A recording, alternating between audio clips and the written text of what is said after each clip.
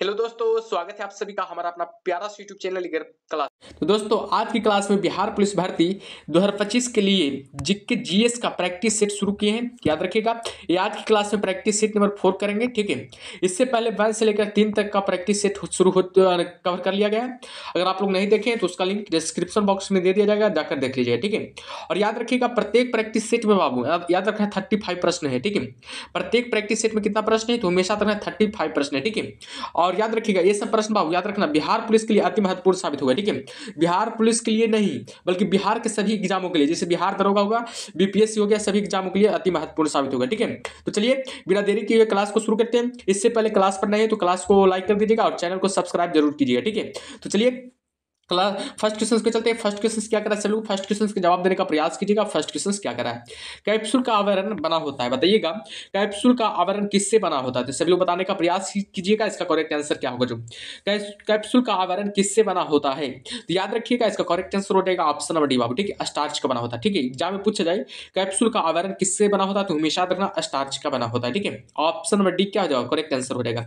जो भी option number D बता रहे हैं उनका करेक्ट आंसर है। ठीक है, और एग्जाम में पूछा जाए याद रखना है स्टार्च एक प्रकार का क्या है, याद रखना प्राकृतिक बहुलक बाबू। ठीक है, याद रखिएगा स्टार्च एक प्रकार का क्या है, याद रखना प्राकृतिक बहुलक है बाबू। ठीक है, प्राकृतिक बहुलक। ठीक है, बहुलक है। ठीक है, याद रखिएगा। और स्टार्च को क्या कहा जाता है बाबू, हमेशा तक पॉलिश सेकेराइड कहा जाता है। ठीक है, स्टार्च को क्या कहा जाता है, पॉलिश सेकेराइड बाबू। ठीक है, बहुत इंपॉर्टेंट प्रश्न बाबू। ठीक है, पॉलिश सेकेराइड, पॉलिश सेकेराइड किसे कहा जाता है तो हमेशा याद रखना स्टार्च को बाबू। ठीक है, स्टार्च को पॉलिश सेकेराइड कहा जाता है, हमेशा याद रखिएगा। ठीक है, चलिए अगले प्रश्न को चलते हैं। अगला प्रश्न क्या करा, सब लोग अगले प्रश्न को जवाब देने का प्रयास कीजिएगा। अगला प्रश्न क्या करा, जो अगला प्रश्न करा बाबू, वैद्युत अपघटन में ऑक्सीकरण होता है, बताइएगा वैद्युत अपघटन में ऑक्सीकरण होता है, बताइएगा किस पर, कैथोड पर होता है कि एनोड पर होता है, कि कैथोड व एनोड दोनों पर होता है कि किसी पर नहीं होता है, तो बताइएगा इस प्रश्न का करेक्ट आंसर क्या होगा। जो सभी लोग जवाब देने का प्रयास कीजिएगा, इसका करेक्ट आंसर क्या होगा, जो बहुत इंपॉर्टेंट प्रश्न बाबू। ठीक है, तो सभी लोग बताइएगा इसका करेक्ट आंसर क्या होगा, बहुत ही इंपॉर्टेंट प्रश्न बाबू। ठीक है,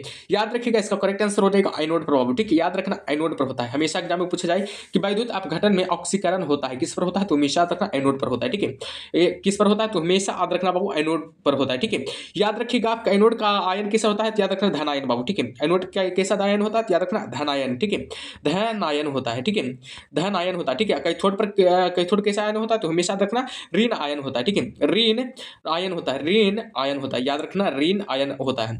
कैथोड कैसा होता है तो याद रखना ऋण आयन होता है, ये सब याद रखना। ठीक है, चलिए अगले प्रश्न पे चलते हैं बाबू। अगला प्रश्न क्या करा, सब लोग अगले प्रश्नों पर जवाब देने का प्रयास कीजिएगा। अगला प्रश्न क्या करा, जो अगला प्रश्न करा एथिलीन अणु की आकृति होती है, बताइएगा एथिलीन अणु की आकृति कैसी होती है, तो सभी लोग जवाब देने का प्रयास कीजिएगा। इसका करेक्ट आंसर क्या होगा, जो एथिलीन अणु की आकृति कैसी होती है, बहुत ही इंपॉर्टेंट प्रश्न बाबू एग्जाम के अकॉर्डिंग। ठीक है, तो बताइएगा इस प्रश्न का करेक्ट आंसर क्या होगा, जो याद रखिएगा इसका करेक्ट आंसर हो जाएगा ऑप्शन नंबर सी बाबू। ठीक है, समतल त्रिकोणीय होती है। ठीक है, समतल त्रिकोणीय होती है। ठीक है, ऑप्शन नंबर सी क्या हो जाएगा, करेक्ट आंसर हो जाएगा। देख लीजिएगा एथिलीन की आकृति बाबू। ठीक है, एथिलीन की अणु की आकृति क्या होता है, देखिए सी हो गया, सी बराबर सी हो गया। याद रखिएगा ये सी हुआ जबकि दो की थी हाइड्रोजन में टूटा, देख लीजिएगा दो हाइड्रोजन में टूटा, ये भी सी क्या हुआ दो हाइड्रोजन में टूटा। ठीक है, ये भी किस सी दो हाइड्रोजन में टूटा, तो आप लोग देख सकते हैं कैसे है, तो याद रखिए समतल त्रिकोणीय। ठीक है, देखिएगा समतल क्या है, त्रिकोणीय है। ठीक है, समतल त्रिकोणीय हो जाएगा। ठीक है, याद रखिएगा। चलिए अगला प्रश्न पे चलते हैं बाबू। अगला प्रश्न क्या करा, सब लोग अगले प्रश्न को जवाब देने का प्रयास कीजिएगा। अगला प्रश्न क्या करा, जो बहुत इंपॉर्टेंट प्रश्न बाबू। ठीक है, आप अगला प्रश्न का जवाब देने का प्रयास कीजिएगा। भारत का पहला रिमोट सेंसिंग सैटेलाइट छोड़ा गया था, बताइएगा भारत का पहला रिमोट सेंसिंग सैटेलाइट छोड़ा गया था, बताइएगा कहां से छोड़ा गया था, सभी लोग जवाब देने का प्रयास कीजिएगा। इसका करेक्ट आंसर क्या होगा, जो बहुत ही इंपॉर्टेंट प्रश्न बाबू, सभी लोग जवाब दीजिएगा। ठीक है, सभी लोग जवाब दीजिएगा। इसका करेक्ट आंसर क्या होगा, जो याद रखिएगा इसका करेक्ट आंसर हो जाएगा ऑप्शन नंबर ए। ठीक है, याद रखिए बैंकानूर से, ठीक है बैंकानूर से छोड़ा गया था। ठीक है, भारत का पहला रिमोट सेंसिंग सैटेलाइट छोड़ा गया था, कहां से, याद रखिए बैंकानूर से। ठीक है, बैंकानूर से छोड़ा गया था। और एग्जाम में पूछा जाए कब छोड़ा गया था तो हमेशा याद रखना बाबू 17 मार्च 1988 को। ठीक है, 17 मार्च 1988 को छोड़ा गया था, याद रखना हमेशा 17 मार्च 1988 को ये सैटेलाइट क्या किया छोड़ा गया था। ठीक है, ये सैटेलाइट छोड़ा गया था, हमेशा याद रखना बाबू। ठीक है, चलिए अगले प्रश्न पे चलते हैं। अगला प्रश्न क्या करा, सब लोग अगले प्रश्न को जवाब देने का प्रयास कीजिएगा। अगला प्रश्न क्या करा, जो अगला प्रश्न करा बाबू, निम्नलिखित में से कौन सा एक वह प्रोग्राम है जो उच्च स्तर भाषा को मशीन में बदलता है? तो बताइएगा निम्नलिखित में से कौन सा एक वह प्रोग्राम है जो उच्च स्तर भाषा को मशीन में बदलता है? तो सभी लोग जवाब देने का प्रयास कीजिएगा। इसका करेक्ट आंसर क्या होगा? जो बहुत ही इंपॉर्टेंट प्रश्न बाबू, ठीक है, एग्जाम के अकॉर्डिंग बहुत ही इंपॉर्टेंट प्रश्न बाबू, ठीक है, याद रखिएगा। बिहार पुलिस के लिए नहीं बल्कि बिहार के सभी एग्जामों के लिए, ठीक है, याद रखना है। बिहार के सभी एग्जामों के लिए सब सवाल क्या है, बड़े बहुत ही महत्वपूर्ण है बाबू, ठीक है, याद रखिएगा। तो चलिए बताइए सभी लोग इसका करेक्ट आंसर क्या होगा? जो बहुत इंपॉर्टेंट सवाल है, सभी जवाब दीजिएगा, ठीक है। याद रखिएगा इसका करेक्ट आंसर हो जाएगा ऑप्शन नंबर डी बाबू, ठीक है, याद रखिए इसका option number D right answer हो जाएगा। ऑप्शन नंबर जो भी डी बता रहे हैं उनका करेक्ट आंसर है, ठीक है, याद रखिए संकलक हो जाएगा, ठीक है, कंपाइलर हो जाएगा, ठीक है, संकलक यानी कि कंपाइलर हो जाएगा, ठीक है, option number D correct answer हो जाएगा। जो भी ऑप्शन नंबर डी बता रहे हैं उनका करेक्ट आंसर है, ठीक है। चलिए सभी लोग अगले प्रश्न को चलते हैं। अगला प्रश्न क्या करा, सभी लोग अगले प्रश्न को जवाब देने का प्रयास कीजिएगा। अगला प्रश्न क्या करा, जो अगला प्रश्न करा बाबू कि रडार का प्रयोग किया जाता है, बताइएगा रडार का प्रयोग किया जाता है किसके लिए किया जाता है? ऑप्शन ए है प्रकाश तरंगों द्वारा वस्तुओं का पता लगाने के लिए किया जाता है। ऑप्शन बी है ध्वनि तरंगों को परिवर्तित करके वस्तुओं का पता लगाने के लिए किया जाता है। ऑप्शन सी है रेडियो तरंगों द्वारा वस्तुओं की उपस्थिति तथा अवस्थिति ज्ञात करने के लिए किया जाता है। ऑप्शन डी है वर्षा वाले बादलों का पीछा करने के लिए किया जाता है। तो सभी लोग जवाब देने का प्रयास कीजिएगा। इसका करेक्ट आंसर क्या होगा? जो बहुत ही इंपॉर्टेंट प्रश्न एग्जाम के अकॉर्डिंग, ठीक है, ये सब सवाल एग्जाम में पूछे जाते हैं, ठीक है। तो बताइएगा इसका करेक्ट आंसर क्या होगा? तुम याद रखिएगा इसका करेक्ट आंसर हो जाएगा ऑप्शन नंबर सी बाबू, ठीक है, ऑप्शन नंबर सी हो जाएगा, ठीक है, याद रखना रेडियो तरंगों द्वारा वस्तुओं की उपस्थिति तथा अवस्थिति ज्ञात करने के लिए किया जाता है, ठीक है। ऑप्शन नंबर सी क्या हो जाएगा? करेक्ट आंसर हो जाएगा। जो भी ऑप्शन नंबर सी बता रहे हैं उनका करेक्ट आंसर है बाबू, ठीक है। याद रखिए रडार का फुल फॉर्म क्या होता है? एग्जाम में बहुत और पूरा नाम क्या होता है बताइएगा। रडार का पूरा नाम क्या होता है? तो हमेशा रखे रेडियो डिटेक्शन एंड रेंजिंग होगा, ठीक है, रेडियो डिटेक्शन एंड रेंजिंग हो जाएगा बाबू, याद रखना है, ठीक है। चलिए अगले प्रश्न के चलते। अगला प्रश्न क्या करा, सब लोग अगले प्रश्न को जवाब देने का प्रयास कीजिएगा। अगला प्रश्न क्या करा, जो अगला प्रश्न करा निम्नलिखित में से कौन सा तत्व मनुष्य में प्राकृतिक रूप में नहीं होता? बताइएगा निम्नलिखित में से कौन सा तत्व जो मनुष्य में प्राकृतिक रूप में नहीं होता है? तो बताइएगा इसका करेक्ट आंसर क्या होगा? जो तांबा होगा, जस्ता होगा, आयोडीन होगा कि सीसा होगा? तो सभी लोग जवाब देने का प्रयास कीजिएगा। इसका करेक्ट आंसर क्या होगा? जो बहुत ही इंपॉर्टेंट प्रश्न बाबू एग्जाम के अकॉर्डिंग, ठीक है, सभी लोग जवाब दीजिएगा, ठीक है। याद रखिएगा इसका करेक्ट आंसर हो जाएगा ऑप्शन नंबर सी बाबू, ठीक है, याद रखिएगा ऑप्शन नंबर सी हो जाएगा। जो भी ऑप्शन नंबर सी बता रहे हैं उनका करेक्ट आंसर है, ठीक है, ऑप्शन नंबर सी जो भी बता रहे हैं बाबू उनका करेक्ट आंसर है, ठीक है। याद रखिएगा शीशा का मुख्य अयस्क का क्या नाम है बाबू? यानी कि शीशा का अयस्क का क्या नाम है? तो सभी लोग बताइएगा गैलेना बाबू, ठीक है। शीशा का अयस्क का क्या नाम है? तो याद रखना गैलेना, गैलेना हो जाएगा, ठीक है, गैलेना हो जाएगा, ठीक है। शीशा का अयस्क का नाम क्या है? तो याद रखिएगा गैलेना हो जाएगा। जिसे यानी कि किससे सूचित किया जाता है? PBS से, ठीक है, PBS से सूचित किया जाता है, ठीक है, याद रखिएगा PBS का अथी होता है, सूत्र होता है, ठीक है, ये याद रखिएगा, ठीक है। चलिए अगले प्रश्न को चलते बाबू। अगला प्रश्न क्या करा, सब लोग अगले प्रश्न को जवाब देने का प्रयास कीजिएगा। अगला प्रश्न क्या करा, जो बहुत ही इंपॉर्टेंट प्रश्न बाबू एग्जाम के अकॉर्डिंग, ठीक है। अगला प्रश्न क्या रहा है कि वह रेडियो संस्थानिक जिसे परिवहन तंत्र में खून के थक्के का पता लगाने हेतु प्रयोग में लाया जाता है, वह है क्या? बताइए आर्सेनिक 74 होगा कि कोबाल्ट 60 होगा कि I-131 होगा, सोडियम 24 होगा? बताइएगा इसका करेक्ट आंसर क्या होगा? जो बहुत इंपॉर्टेंट प्रश्न बाबू एग्जाम के अकॉर्डिंग, ठीक है। तो सभी लोग जवाब दीजिएगा इसका प्रश्न का करेक्ट आंसर क्या होगा? जो सभी लोग जवाब देने का प्रयास कीजिएगा। इसका करेक्ट आंसर क्या होगा? जो याद रखिएगा इस प्रश्न का करेक्ट आंसर हो जाएगा ऑप्शन नंबर डी बाबू, ठीक है, ऑप्शन नंबर डी बाबू, ठीक, याद रखिए सोडियम 24 हो जाएगा, नहीं सोडियम 24 हो जाएगा, ठीक है, option number D correct answer हो जाएगा। जो भी ऑप्शन नंबर डी बता रहे हैं उनका करेक्ट आंसर है, ठीक है। चलिए अगले प्रश्न को चलते बाबू। अगला प्रश्न क्या करा, सब लोग अगले प्रश्न को जवाब देने का प्रयास कीजिएगा। अगला प्रश्न क्या करा, जो अगला प्रश्न करा बाबू नवजात शिशु को ट्रिपल एंटीज वैक्सीन निम्नलिखित में से किन रोगों से प्रतिरक्षित करने के लिए लगाई जाती है? तो बताइएगा इस प्रश्न का करेक्ट आंसर क्या होगा? याद रखिएगा इस पर VVI मान लीजिएगा, एग्जाम में पूछा हुआ सवाल है, ठीक है, बिहार पुलिस में पूछा हुआ सवाल है बाबू, ठीक है, जिसे VVI मान लीजिएगा, ठीक है।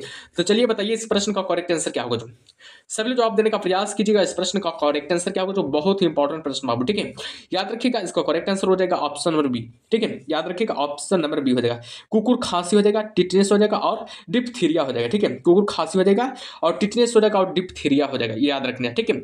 Option number D, option number B क्या हो जाएगा? करेक्ट आंसर हो जाएगा। ऑप्शन नंबर बी क्या हो जाएगा? करेक्ट आंसर हो जाएगा। याद रखिएगा इन तीनों रोगों को ठीक करने के लिए कौन सा टीका लगाया जाता है? याद रखिएगा इन तीनों रोगों को ठीक करने के लिए किसका टीका लगाया जाता है? तो हमेशा तक DPT का टीका लगाया जाता है, ठीक है, DPT एक टीका है, उसको लगाया जाता है, ठीक है, याद रखना, ठीक है।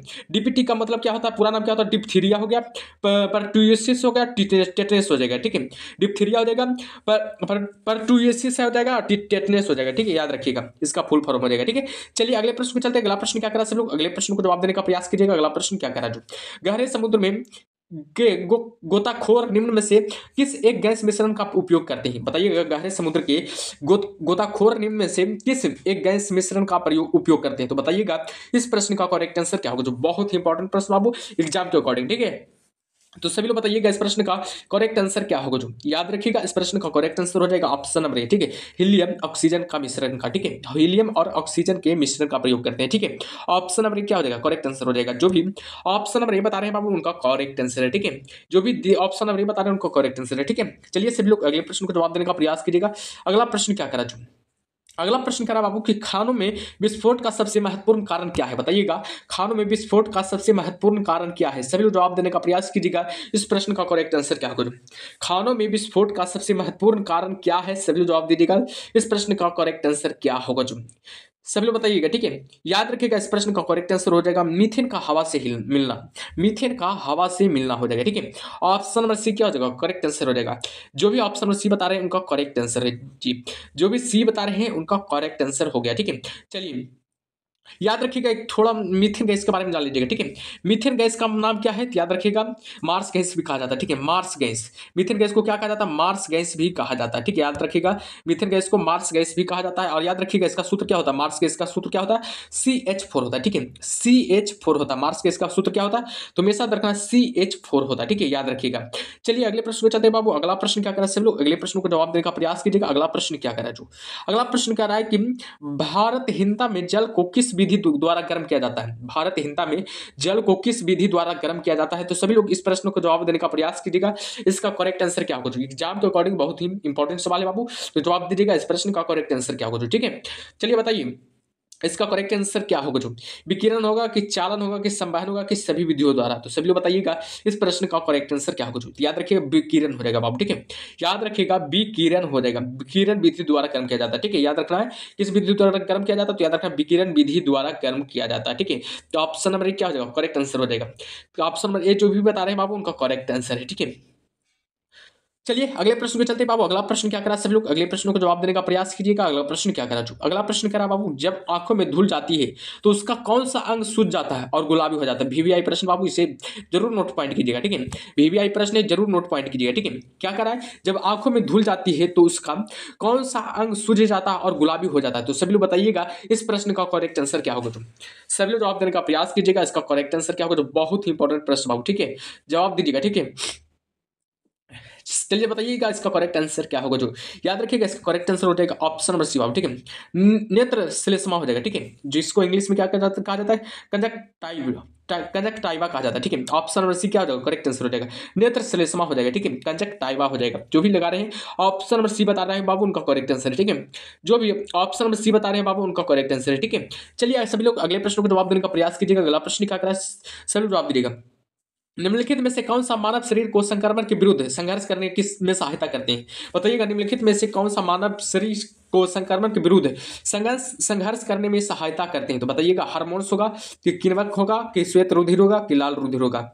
सभी लोग बताइएगा इसका करेक्ट आंसर क्या होगा, जो सभी लोग को जवाब देना है। इस प्रश्न का करेक्ट आंसर क्या होगा, जो बहुत ही इंपॉर्टेंट सवाल है बाबू, ठीक है। तो बताइएगा सभी लोग इसका करेक्ट आंसर क्या होगा, जो याद रखिएगा श्वेत रुधिर कोशिका हो जाएगा, ठीक है, श्वेत रुधिर कोशिका हो जाएगा। ऑप्शन नंबर सी क्या हो जाएगा, करेक्ट आंसर हो जाएगा, ठीक है। तो ऑप्शन नंबर सी क्या हो जाएगा, करेक्ट आंसर हो जाएगा श्वेत रुधिर कोशिका को शॉर्ट इंग्लिश में क्या जाता है, WBC बाबू, ठीक है, WBC बोला जाता है, ठीक है, WBC। लाल रक्त कोशिका को क्या बोला जाता है, बताइएगा लाल रक्त कोशिका को क्या बोला जाता है? तो हमेशा याद रखना RWC, RBC, ठीक है, आरबीसी कहा जाता है, ठीक है, RWC नहीं, RBC। रेड ब्लड सेल होता है, रेड ब्लड सेल होता है, व्हाइट ब्लड सेल होता है, ठीक है, याद रखिएगा। चलिए सब लोग अगले प्रश्न को चलते हैं। अगला प्रश्न क्या करें, सब लोग अगले प्रश्न को जवाब देने का प्रयास कीजिएगा। अगला प्रश्न क्या करा, जो वास्तविक सूर्योदय को के थोड़ा पहले दृश्यमान होता है? बताइएगा वास्तविक सूर्योदय के थोड़ा पहले दृश्यमान होता है, क्या होता है बताइएगा। इसका करेक्ट आंसर क्या होगा, सभी लोग जवाब देने का प्रयास कीजिएगा। इस प्रश्न का करेक्ट आंसर क्या होगा, बहुत इंपॉर्टेंट प्रश्न बाबू, सभी लोग जवाब दीजिएगा, ठीक है। वास्तविक सूर्योदय के थोड़ा पहले दृश्यमान होता है, तो जवाब दीजिएगा इसका करेक्ट आंसर क्या होगा। याद रखिएगा वायुमंडलीय अपवर्तन बाबू, ठीक है, वायुमंडलीय अपवर्तन हो जाएगा। ऑप्शन नंबर जो भी डी बता रहे हैं बाबू उनका करेक्ट आंसर है, ठीक है, याद रखिएगा जो भी ऑप्शन नंबर डी बता रहे हैं बाबू उनका करेक्ट आंसर हो गया जी। चलिए अगले प्रश्न पे चलते बाबू। अगला प्रश्न क्या करा, अब और एग्जाम में पूछा जाए कि प्रकाश का रंग नीला किसके कारण होता है? बताइएगा प्रकाश का रंग नीला किसके कारण होता है? बहुत ही इंपॉर्टेंट सवाल है बाबू, एग्जाम में सब प्रश्न बनते हैं। ठीक है, तो प्रकाश का रंग नीला किसके कारण होता है, तो बताइएगा। तो हमेशा रखना प्रकाश के परिवर्तन प्रकीर्णन के कारण बाबू। ठीक है, याद रखिएगा, प्रकाश के प्रकीर्णन के कारण होता है। ठीक है, याद रखना है, प्रकाश के प्रकीर्णन के बाबू कारण आकाश का रंग क्या होता है, नीला होता है। ठीक है, याद रखना, प्रकाश के परिकीर्णन, ठीक है, प्रकीर्णन के कारण। ठीक है, चलिए सभी लोग अगले प्रश्न को चलते हैं। अगला प्रश्न क्या करें, सब लोग अगले प्रश्न को जवाब देने का प्रयास कीजिएगा। अगला प्रश्न क्या करा जो, अगला प्रश्न क्या रहा बाबू, निम्नलिखित में से कौन सा एक संयुक्त राष्ट्र संघ का प्रमुख अंग नहीं है, तो बताइएगा निम्नलिखित में से कौन सा है एक संयुक्त राष्ट्र संघ का प्रमुख अंग नहीं है, तो बताइएगा इस प्रश्न का करेक्ट आंसर क्या होगा। बहुत ही इंपॉर्टेंट प्रश्न बाबू एग्जाम के अकॉर्डिंग। ठीक है, तो चलिए बताइए सब लोग इस प्रश्न का करेक्ट आंसर क्या होगा। जो सभी लोग जवाब दीजिएगा इस प्रश्न का करेक्ट आंसर क्या होगा, जो बहुत ही इंपॉर्टेंट प्रश्न बाबू। ठीक है, चलिए बताइए सभी लोग इसका करेक्ट आंसर क्या होगा। जो सभी लोग को बताना है इस प्रश्न का करेक्ट आंसर क्या होगा, जो एग्जाम के अकॉर्डिंग बहुत ही इंपॉर्टेंट प्रश्न बाबू, सभी लोग जवाब दीजिए। ठीक है, याद रखिएगा इसका करेक्ट आंसर हो जाएगा ऑप्शन नंबर डी बाबू। ठीक है, खाद्य एवं कृषि संगठन हो जाएगा। ठीक है, खाद्य एवं कृषि संगठन हो जाएगा। ऑप्शन नंबर डी क्या हो जाएगा, करेक्ट आंसर हो जाएगा। जो भी ऑप्शन नंबर डी बता रहे हैं बाबू उनका करेक्ट आंसर है। ठीक है, खाद्य सुरक्षा दिवस कब मनाया जाता है, एग्जाम में बहुत बार पूछा जाता है कि खाद्य सुरक्षा दिवस कब मनाया जाता है, तो हमेशा रखना 7 जून को बाबू। ठीक है, 7 जून को खाद्य सुरक्षा दिवस मनाया जाता है। ठीक है, याद रखिएगा 7 जून को खाद्य सुरक्षा दिवस मनाया जाता है। ठीक है, ये सब पॉइंट जो बताते हैं एक्स्ट्रा में उससे नोट पॉइंट कीजिएगा। ठीक है, खाद्य सुरक्षा दिवस मनाया जाता है। ठीक है, FAO का स्थापना कब हुआ था, एग्जाम में बहुत बार पूछा जाता है FAO का स्थापना कब हुआ था, तो बहुत बताइएगा सभी लोग FAO का स्थापना कब हुआ था, तो याद रखना 16 अक्टूबर 1945 को। ठीक है, 16 अक्टूबर 1945 को FAO का स्थापना हुआ था। और एग्जाम में पूछा जाए FAO का मुख्यालय कहाँ स्थित है, तो याद रखना रोम में बाबू। ठीक है, इसका मुख्यालय कहाँ स्थित है, तो हमेशा याद रखना रोम में है। ठीक है, चलिए सभी लोग अगले प्रश्न की चलते। अगला प्रश्न क्या करा, सभी लोग अगले प्रश्न को जवाब देने का प्रयास कीजिएगा। अगला प्रश्न क्या करा, जो अगला प्रश्न क्या रहा है कि भारत सदस्य नहीं है, बताइएगा भारत एक सदस्य नहीं है, किसका सदस्य नहीं है, सभी लोग जवाब देने का प्रयास कीजिएगा। इस प्रश्न का करेक्ट आंसर क्या होगा, जो भारत एक सदस्य नहीं है, तो सभी लोग बताइएगा इस प्रश्न का करेक्ट आंसर क्या होगा। जो बहुत ही इंपॉर्टेंट प्रश्न बाबू, जवाब देने का प्रयास कीजिएगा। ठीक है, सभी लोग बताइएगा इसका करेक्ट आंसर क्या होगा। जो चलिए बताइए, भारत एक सदस्य नहीं है, किसका सदस्य नहीं है, सभी लोग बताइएगा भारत एक सदस्य नहीं है, किसका सदस्य नहीं है, सभी लोग जवाब दीजिएगा इसका करेक्ट आंसर क्या होगा। जो बहुत ही इंपॉर्टेंट प्रश्न बाबू। ठीक है, तो हमेशा रखना एशियाई प्रशांत आर्थिक सहयोग संगठन का। ठीक है, एशियाई प्रशांत आर्थिक सहयोग संगठन का सदस्य नहीं है। ठीक है, ऑप्शन नंबर डी क्या हो जाएगा, करेक्ट आंसर हो जाएगा। जो भी ऑप्शन नंबर डी बता रहे हैं बाबू उनका करेक्ट आंसर है। ठीक है, याद रखिएगा पूछा जाए एग्जाम में कि भारत की सदस्य नहीं है, किसका सदस्य नहीं है, तो याद रखना एशियाई प्रशांत आर्थिक सहयोग संगठन का सदस्य नहीं है। ठीक है, याद रखिएगा। ठीक है, चलिए सभी लोग अगले प्रश्न को जवाब देने का प्रयास कीजिएगा। अगला प्रश्न क्या करा, सभी लोग अगले प्रश्न का जवाब दीजिएगा। ठीक है, अगला प्रश्न क्या रहा बाबू कि ग्लिम्सेज ऑफ वर्ल्ड हिस्ट्री पुस्तक के रचयिता कौन है, बताइएगा ग्लिम्सेज ऑफ वर्ल्ड हिस्ट्री पुस्तक के रचयिता कौन है, तो सभी जवाब देने का प्रयास कीजिएगा। इसका करेक्ट आंसर क्या होगा, जो बहुत ही इंपॉर्टेंट प्रश्न बाबू। ठीक है, सभी जवाब दीजिएगा। ठीक है, याद रखिएगा इसका करेक्ट आंसर हो जाएगा पंडित जवाहरलाल नेहरू हो जाएगा। ठीक है, पंडित जवाहरलाल नेहरू हो जाएगा। ठीक है, याद रखिएगा ऑप्शन और बी क्या होगा, करेक्ट आंसर हो जाएगा। जो भी ऑप्शन और बी बता रहे हैं बाबू उनका करेक्ट आंसर है। ठीक है, याद रखिएगा इस प्रश्न का करेक्ट आंसर क्या हो जाएगा, ऑप्शन नंबर बी हो जाएगा। ठीक है, याद रखिएगा एक और इनका पुस्तक लिखा गया है बाबू, डिस्कवरी ऑफ इंडिया। ठीक है, डिस्कवरी ऑफ इंडिया पुस्तक किसके द्वारा लिखा गया, तो हमेशा याद रखना है पंडित जवाहरलाल नेहरू के द्वारा ही डिस्कवरी ऑफ इंडिया पुस्तक लिखा गया बाबू। ठीक है, याद रखिएगा। चलिए सभी लोग अगले प्रश्न को चलते हैं। अगला प्रश्न क्या करा, सभी लोग अगले प्रश्न को जवाब देने का प्रयास कीजिएगा।